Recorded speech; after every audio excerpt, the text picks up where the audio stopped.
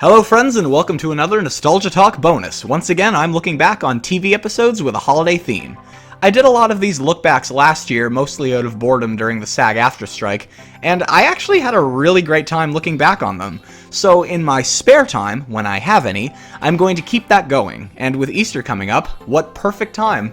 Last year I did a look back on the Rankin Bass Easter special, The Easter Bunny is Coming to Town, and it made me wonder if there were any TV episodes, not specials, but TV episodes, with an Easter theme.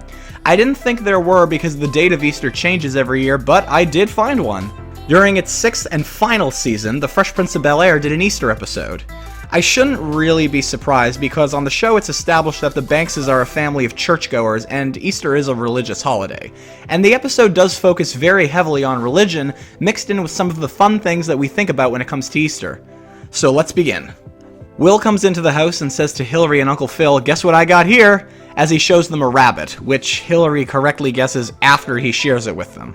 Will tells them that it's Nikki's Easter present just as Carlton comes in and remembers his old pet rabbit Snowball from his childhood. Will seems surprised that Carlton had a pet rabbit, and he tells Will that when Snowball disappeared, he was upset until Uncle Phil told Carlton that Snowball's parents missed her and had to take her back. And immediately, Uncle Phil just has the guiltiest look on his face I think I've ever seen. This brings back memories for Hillary as well, recalling that Phil's mother Hattie made a special stew for Easter dinner, but she has a hard time remembering what was in it. Uncle Phil very guiltily rumbles with it, while Hillary recalls that it tasted like chicken but wasn't.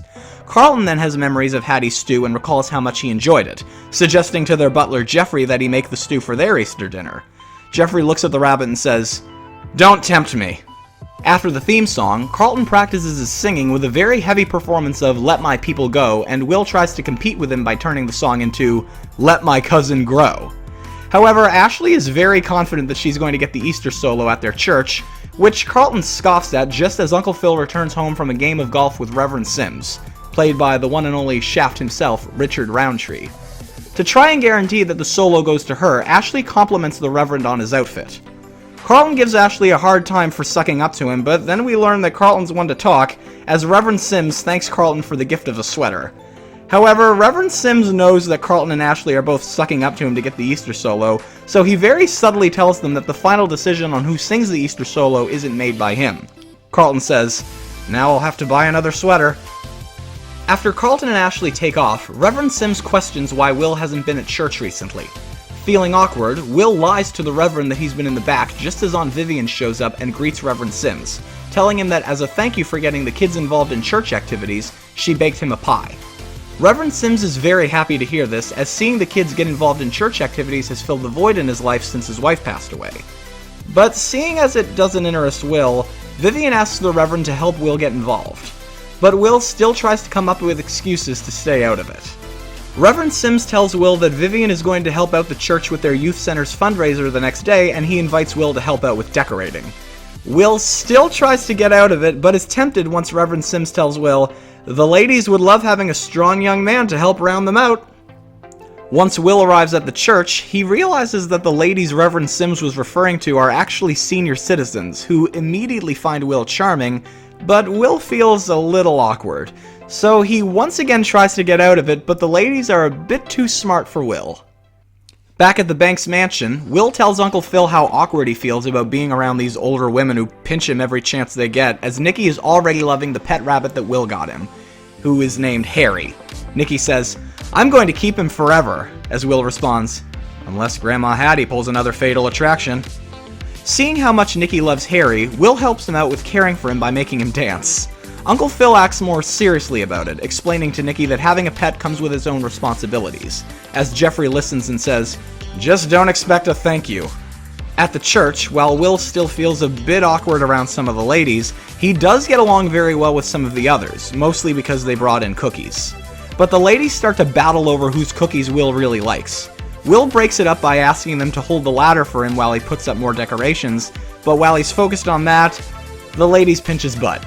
Meanwhile, Ashley continues practicing to hopefully get the Easter solo, and I have to say, she's really good. Fun fact, after the Fresh Prince of Bel-Air ended, Tatiana Ali, who played Ashley, put out an album.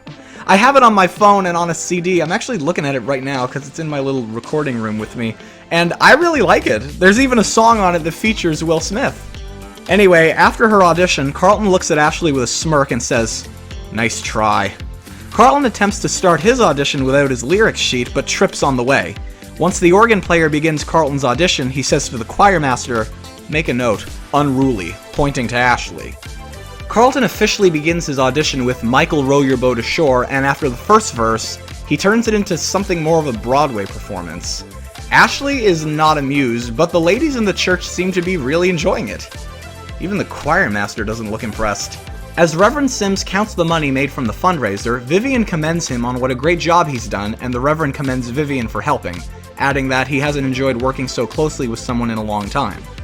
Vivian says that it's a shame that it's over, and Reverend Sims says, "It doesn't have to be," as he takes Vivian's hands and confesses to her that he has always been in love with her. Little does he know that Will has walked into the room. Upon hearing Reverend Sims's confession to Vivian, he drags himself out. Just for the record, the Reverend knows that Vivian's married, and he played golf with her husband. This actually might be one of the most awkward moments in any sitcom I think I've ever seen. At home, Vivian prepares Easter dinner while still a little shook up over what happened. Will comes in and notices, pointing out that she's seasoning the chicken with cleanser. I'm not really sure what that'll do to the chicken, but I'm mostly concerned about what's going to happen to everyone after dinner if they eat it. Will tells Vivian that he heard what the Reverend told her, and she tells Will that she isn't sure what to do, fearing Phil's reaction if she told him. While still trying to figure out how to handle it, Uncle Phil walks in, and instantly, Will lets out a very loud scream and awkwardly greets him. Uncle Phil brushes it off and tells Vivian that he invited Reverend Sims for Easter dinner, but not wanting him to find out that he flirted with Vivian, Will says, "You can't! There ain't enough chicken!" Although, once Phil hears about what happened between Vivian and Reverend Sims, he'll probably hope that there's enough cleanser on it. Phil doesn't really believe Will, so Will says that there's too much chicken. You know what they say about ministers, they'll eat and eat and eat until they die. Will does realize that he's saying all this in front of Uncle Phil, right? Phil's response is, "You are a very odd young man." Meanwhile, Nikki continues playing with Hare, but then goes to get some lettuce for him, leaving Hare in his box. After Nikki leaves, Uncle Phil comes down. It's weird that I'm calling him Uncle Phil because he's Nikki's father, not his uncle, but that's what I've always called him regardless. Anyway, Uncle Phil comes down reading a newspaper, but he sets it down on the coffee table before he can sit down and picks up a magazine from the armchair instead. But the magazine doesn't interest him, and instead, he turns on the TV and feels satisfied with what he's watching, so he makes himself comfortable and plops onto the couch. Or onto Hare, just as Nikki returns. Hey, maybe now they can have that rabbit stew that they all loved so much. I can't help but laugh at the audience reacting in suspense. They're kind of expecting Uncle Phil to sit on Hare, and then when he goes to grab something before he can sit down, it's like, phew! And then he sits on Hare, and it's like, oh sh**! Nikki questions where Hare is, and Uncle Phil says that he went upstairs. But then Nikki questions where his box is, and Uncle Phil says that Hare took it with him because he knew it didn't belong in the living room. Phil, this is kinda your fault, not Nikki's. Just for the record, you dug yourself into a pretty deep hole here. After Nikki takes off to look for Hare, Uncle Phil sends Hillary to the pet shop to find a rabbit that is identical to Hare. Hillary insists that she can't, but Phil isn't buying it. But when Phil says to her, "And get yourself some shoes," Hillary takes off. While waiting for Hillary to return, Will comes in, and it seems as if he wants to tell Uncle Phil about Reverend Sims flirting with Vivian. Phil tells Will that something terrible has happened, and Will responds, "I know." Uncle Phil doesn't realize that he and Will are both talking about different things, and he tells him, "I didn't mean to kill him." Of course, Will thinks that he's talking about Reverend Sims, so Will asks if anyone else is aware of it, and Uncle Phil says that Hillary may suspect, but insists that it was an accident. Will responds, "Good, you said that like you really believed it." Uncle Phil adds that Nikki is going to be very upset, but Will exclaims that Nikki isn't who he should be worried about. After Will comes up with the idea of he and Uncle Phil running away to Mexico, Uncle Phil tells Will that you can't get arrested for sitting on a rabbit, much to Will's surprise. Will is happy to hear that Uncle Phil didn't kill the Reverend, and he asks him, "Who do you think I killed?" just as Nikki comes in, still not able to find Hare. Just then, Hillary returns, and before Uncle Phil can have a chance to actually see the rabbit, Uncle Phil and Hillary give Hare to Nikki, but he can tell that that is not his rabbit. Hillary explains to Uncle Phil that it was the only rabbit at the pet shop. You live in Los Angeles. There has to be more than one pet shop. Finally, Reverend Sims shows up for Easter dinner. Uncle Phil frees a seat for Vivian next to Reverend Sims, but Will takes it instead. Uncle Phil offers the Reverend some of Vivian's chicken, asking if he would prefer breast or thigh. Seeing where that could go, Will answers for him, saying he'll take a wing. Like I said, Uncle Phil better hope there's enough cleanser on it. As everyone looks awkwardly at Will, Carlton asks the Reverend if he has spoken to the choir master about who gets the solo, and the Reverend answers that there's been some heavy competition this year. So Ashley asks if the choir master would ever ask Reverend Sims for advice, which Reverend Sims answers is possible. So Carlton keeps trying by asking Reverend Sims to pass him the peas in song, which Ashley follows by asking in song for Carlton to pass the pork. As long as it doesn't have any cleanser in it, I'm not worried.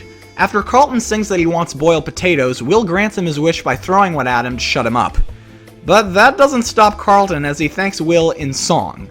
Uncle Phil asks how things are going at the church, and both Vivian and Reverend Sims answer, fine.